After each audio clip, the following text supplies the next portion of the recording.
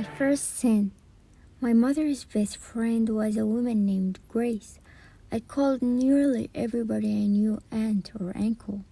But Aunt Grace was a different sort of make-believe relative. She became my best friend too. Aunt Grace worked as a film librarian in the same studio as my mother, Columbia Pictures. She was the first person who ever patted my head or touched my cheek. That happened when I was 8. I can still remember how thrilled I was when her kind hand touched me. Grace had almost as rough a time as my mother. She lost her job in the studio and had to scrape for a living. Although she had no money, she continued to look after my mother, who was starting to have mental spells, and to look after me. At times, she took me to live with her. When she ran out of money and had only $50 left for a week's food, we lived on stale bread and milk. You could buy a sackful of old bread at the Holmes bakery for 25 cents. Aunt Grace and I would stand in a line for hours waiting to fill our sack. When I look up at her, she would grin at me and say, "Don't worry, Norma Jean. You're going to be a beautiful girl when you grow up. I can feel it in my bones." Her words made me happy that the stale bread tasted like cream puffs. Everything seemed to go wrong for Aunt Grace. Only bad luck and death ever visited her. But there was no bitterness in my aunt. Her heart remained tender, and she believed in God. Nearly everybody I knew talked to me about God. They always warned me not to offend him. When Grace talked about God, she touched my cheek and said that he loved me and watched over me. Remembering what Grace had said, I lay in bed at night crying to myself. The only person who loved me and watched over me was someone I couldn't see or hear or touch. I used to draw pictures of God whenever I had time. In my pictures, he looked a little like Aunt Grace and a little like Clark Gable. As I grew older, I was different from other children because there were no kisses or promises in my life. I often felt lonely and wanted to die. I would try to cheer myself up with daydreams. I never dreamed of anyone loving me as I saw other children loved. That was too big a stretch for my imagination. I compromised by dreaming of my attracting somebody's attention besides God, of having people look at me and say my name. This wish for attention had something to do, I think, with my trouble in church on Sundays. No sooner was I in the pew with the organ playing and everybody singing a hymn than the impulse would come to me to take off all my clothes. I wanted desperately to stand up naked for God and everyone else to see. I had to clench my teeth and sit on my hands to keep myself from undressing. Sometimes I had to pray hard and beg God to stop me from taking my clothes off. I even had dreams about it. In the dream, I entered the church wearing a hope skirt with nothing under it. The people would be lying on their backs in the church aisle. I would be step over them, and they would look up at me. My impulse to appear naked and my dreams about it had no shame or sense of sin in them. Dreaming of people looking at me made me feel less lonely. I think I wanted them to see me naked because I was ashamed of the clothes I wore, the never-changing faded blue dress of poverty. Naked, I was like girls and not someone in the orphan's uniform. When my mother was taken to the hospital, Aunt Grace became my legal guardian. I could hear her friends arguing in her room at night when I lay in her bed pretending to be asleep. They advised her against adopting me because I was certain to become more and more of a responsibility as I grew older. This was on account of my heritage, they said. They talked about my mother and her father and brother and grandmother all being mental cases and said I would certainly follow in their footsteps. I lay in bed shivering as I listened. I didn't know what a mental case was, but I knew it wasn't anything good, and I held my breath waiting to hear whether Aunt Grace would let me become a state orphan or adopt me as her own. After a few evenings of argument, Aunt Grace adopted me, heritage and all, and I fell asleep happy. Grace, my new guardian, had no money and was out looking for a job all the time, so she arranged for me to enter the orphan asylum, the Los Angeles Children's Home Society. I didn't mind going there because even in the orphanage, I knew I had a guardian outside, Aunt Grace. It wasn't till later that I realized how much she had done for me. If not for Grace, I would have been sent to the state or county institution where there were fewer privileges, such as being allowed to have a Christmas tree or seeing a movie sometimes. I lived in the orphanage only off and on. Most of the time, I was placed with a family who were giving $5 a week for keeping me. I was placed in 9 different families before I was able to quit being a legal orphan. I did this at 16 by getting married. The families with whom I lived had one thing in common, a need for $5. I was also an asset to have in the house. I was strong and healthy and able to do almost as much work as a grown-up, and I had learned not to bother anyone by talking or crying. I learned also that the best way to keep out of trouble was by never complaining or asking for anything. Most of the families had children of their own, and I knew they were always came first. They wore the colored dresses, and I owned whatever toys there were. And they were the ones who were believed. My own costume never varied. It consisted of a faded blue skirt and white waist. I had 2 of each, but since they were exactly alike, everyone thought I wore the same outfit all the time. It was one of the things that annoyed people, my wearing the same clothes. Every second week, the home sent a woman inspector out to see how its orphans were getting along in the world. She never asked me any question. She would pick up my foot and look at the bottoms of my shoes.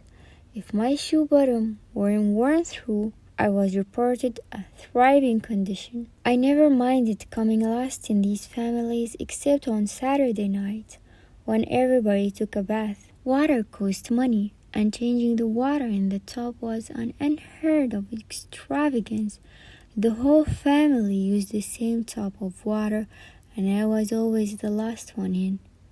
One family with whom I lived was so poor that I was often scolded for flushing the toilet at night. That uses up 5 gallons of water, my new uncle would say, and 5 gallons each time can run into money. You can do it. You can do the flushing in the morning. No matter how careful I was, there were always troubles. Once in school, a little Mexican boy started howling that I had hit him. I hadn't, and I was often accused of stealing things, a necklace, a comb, a ring, or a nickel. I never stole anything. When the troubles came, I had only one way to meet them, by staying silent.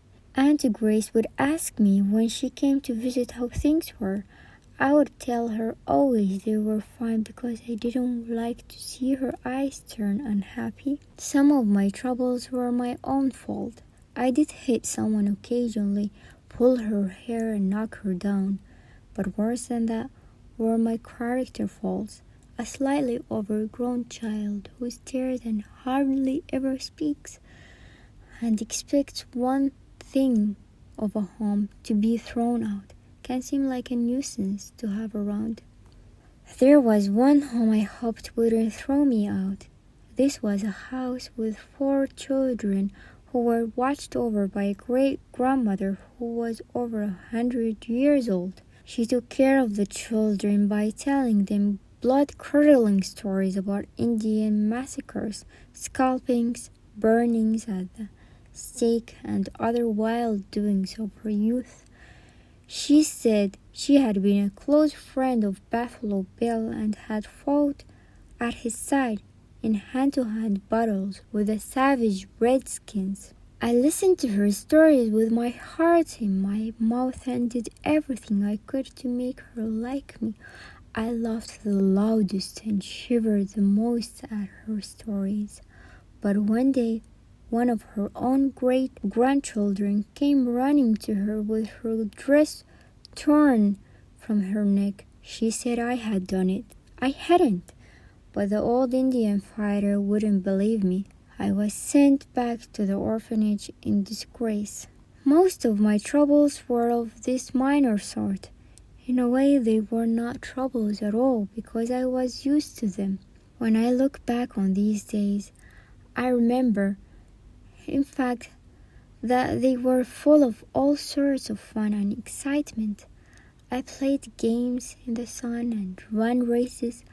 I also had daydreams, not only about my father's photograph, but about many other things. I daydreamed chiefly about beauty. I dreamed of myself becoming so beautiful that people would turn to look at me when I passed. And I dreamed of colors: scarlet, gold, green, white. I dreamed of myself walking proudly in beautiful clothes and being admired by everyone, and overhearing words of praise. I made up the praises and repeated them aloud as if someone else were saying them. Daydreaming made my work easier. When I was waiting on the table in one of the poverty-stricken, unhappy homes where I lived, I would daydream I was a waitress in an elegant hotel, dressed in a white waitress uniform, and everybody who entered the grand dining room where I was serving would stop to look at me and openly admire me. I never daydreamed about love, even after I fell in love the first time. This was when I was around 8. I fell in love with a boy named George, who was a year older. We used to hide in the grass together until he got frightened and jumped up and ran away. What we did in the grass never frightened me. I knew it was wrong, or I wouldn't have hidden, but I didn't know what was wrong. At night, I lay awake and tried to figure out what sex was and what love was. I wanted to ask 1,000 questions, but there was no one to ask. Besides, I knew that people only told lies to children, lies about everything from soup to Santa Claus. Then one day I found out about sex without asking any questions. I was almost 9 and I lived with a family that rented a room to a man named Camel. He was a stern-looking man, and everybody respected him and called him Mr. Camel. I was passing his room when his door opened and he said quietly, "Please come in, Norma." I thought he wanted me to run an errand. "Where do you want me to go, Mr. Camel?" I asked. "No place," he said and closed the door behind me. He smiled at me and turned the key in the lock. "Now you can't get out," he said as if we were playing a game. I stood staring at him. I was frightened, but I didn't dare yell. I knew if I yelled, I would be sent back to the orphanage in disgrace again. Mr. Camel knew that too. When he put his arms around me, I kicked and fought as hard as I could, but I didn't make any sound. He was stronger than I was and wouldn't let me go. He kept whispering to me to be a good girl. When he unlocked the door and let me out, I ran out to tell my aunt what Mr. Camel had done. "I want to tell you something," I stammered, "about Mr. Camel." My aunt interrupted. Don't you dare say anything against Mr. Camel, she said angrily. Mr. Camel is a fine man. He's my starboarder. Mr. Camel came out of his room and stood in the doorway smiling. Shame on you, my aunt glared to me. This is different, I began. This is something I have to tell. I started stammering again and couldn't finish. Mr. Camel came up to me and handed me a nickel. Go buy yourself some ice cream, he said. I threw the nickel in Mr. Camel's face and ran out. I cried in bed that night and wanted to die. I thought if there is nobody even on my side that I can talk to, I will start screaming. But I didn't scream. A week later, the family, including Mr. Camel, went to a religious revival meeting in a rent. My aunt insisted I come along. The tent was jammed. Everybody was listening to the evangelist. He was half singing and half talking about the sinfulness of the world. Suddenly, he called on all the sinners in the tent to come up to the altar of God where he stood and repent. I rushed up ahead of everyone else and started telling about my sin. On your knees, sister, he said to me. I fell on my knees and began to tell about Mr. Camel and how he had molested me in his room. But other sinners crowded around me.